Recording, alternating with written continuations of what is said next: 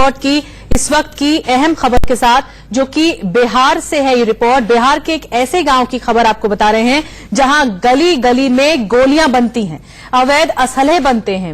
लेकिन इस गांव को आजकल AK-47 वाला गांव कहते हैं, क्योंकि पिछले दिनों यहां कुएं और खेत से AK-47 राइफलें बरामद हुई हैं। AK-47 वाले बिहार के इस गांव का मध्य प्रदेश कनेक्शन क्या है, और यहां आजकल बिहार पुलिस के गोताखोर गंगा नदी में उतरकर AK-47 ढूंढ रहे हैं। देखिए इंडिया न्यूज की ये स्पेशल रिपोर्ट।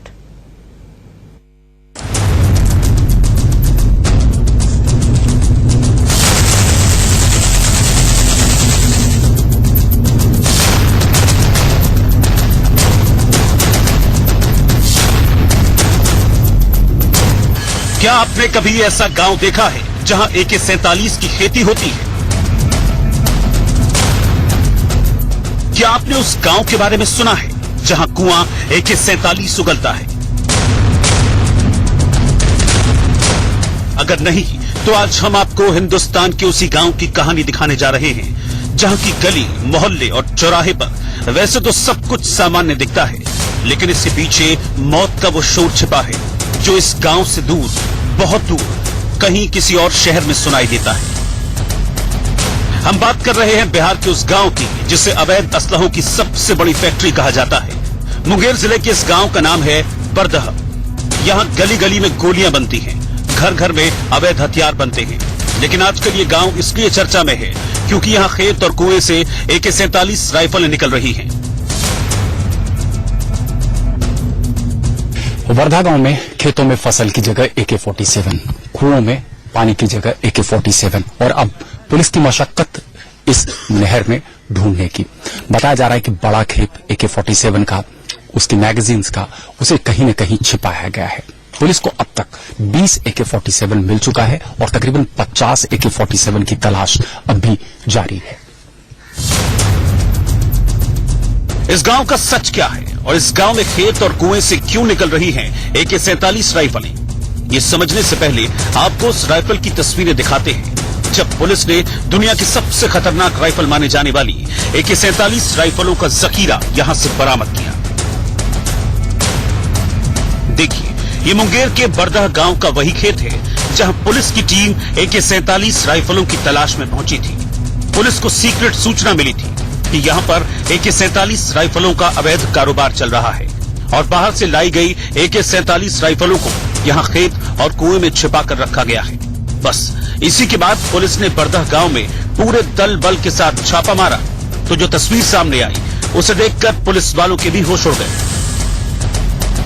यहां एक कुएं में करीब 12 AK-47 राइफलें छिपा कर रखी गई थी, जिसे पुलिस वालों ने गोताखोरों की मदद से बाहर निकाला। इसके अलावा पुलिस ने यहां एक गांव में दबिश दी तो जमीन के नीचे भारी मात्रा में AK-47 राइफलों के पार्ट्स बरामद हुए। ये पार्ट्स प्लास्टिक की बोरी में डालकर जमीन के नीचे गाड़ दिए गए थे।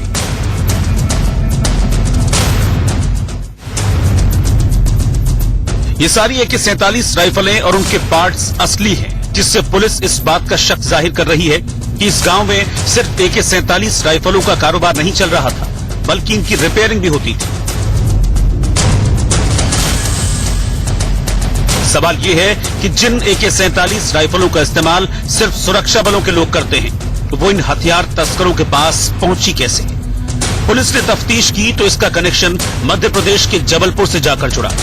पुलिस के मुताबिक ये सारी AK-47 राइफलें और उनके पार्ट्स जबलपुर की ऑर्डिनेंस फैक्ट्री से निकाले गए हैं। 20 AK-47 की रिकवरी ये अपने आप में चौंका देने वाली चीज है। इसकी जानकारी कैसे मिली और कैसे ये रिकवरी हुई? हम लोगों को 29 अगस्त को कुछ हथियार लाए जाने की सूचना मिली थी और जब अरेस्ट हुआ और रिकवरी हुई और हमने पाया कि ये AK-47 है और पूछताछ में ये पता चला कि ये जबलपुर से लाए गए हैं, तो फिर हमारा जांच का दायरा इसमें बढ़ा और धीरे धीरे चीजें खुलने लगी।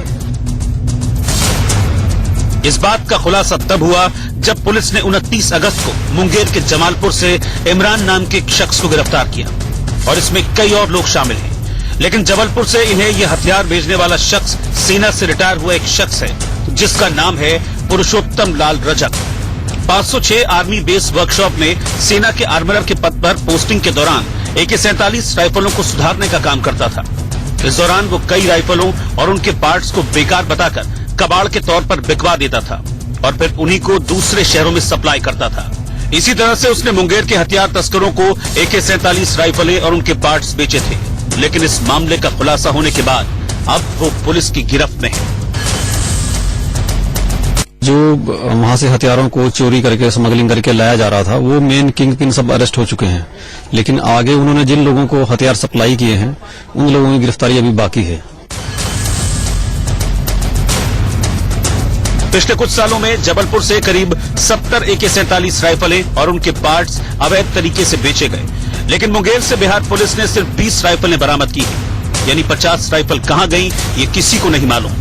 पुलिस महकमे से जुड़े सूत्र बताते हैं कि इन AK-47 राइफलों को न सिर्फ बिहार में अपराधियों को बेचा गया, बल्कि उन्हें किराए पर भी दिया जा रहा है, जिससे हाल के दिनों में बिहार में कई बड़ी वारदातों को अंजाम दिया गया है। ये मुजफ्फरपुर में भी एक्स मेयर की हत्या हुई थी AK-47। कोई कनेक्शन आप लोगों को ऐसा मिला है कि AK-47 शायद यहां से प्रोक्योर हुआ हो? अभी तक ये कनेक्शन हम लोगों को स्टैब्लिश नहीं हो पाया है, लेकिन जैसे ही कुछ और लोगों की गिरफ्तारी होगी और हम सारे हथियारों का पता लगा पाएंगे कि कहां कहां गए हैं, या फिर मुजफ्फरपुर में जो वेपन यूज हुआ है अगर उसकी बरामदगी हो जाती है तो पता चल पाएगा कि वो लिंक यहां पर है कि नहीं है। सबसे अहम बात यह है कि मुंगेर के जिस बरदह गांव में AK-47 की खरीद फरोख्त का धंधा फल फूल रहा है, उसके ठीक बगल में गंगा नदी बहती है, जिससे हथियार के तस्करों को बड़ी मदद मिलती है।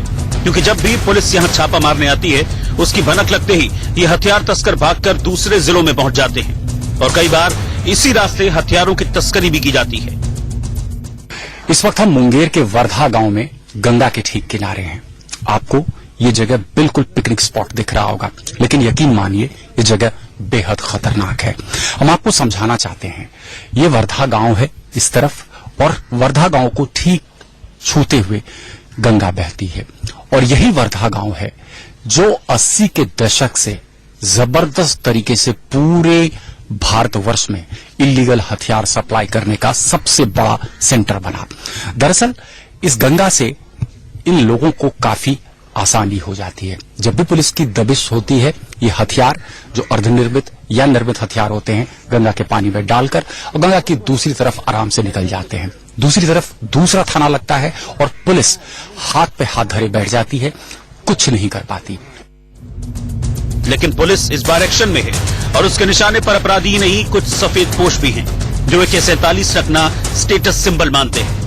जाहिर है इन 20 AK-47 राइफलों को बरामद करके अपनी पीठ थपथपाने वाली बिहार पुलिस के सामने असली चुनौती बहुत बड़ी है। जबलपुर से राजेश कुमार विश्वकर्मा के साथ शिव पूजन झा, मुंगेर, इंडिया न्यूज।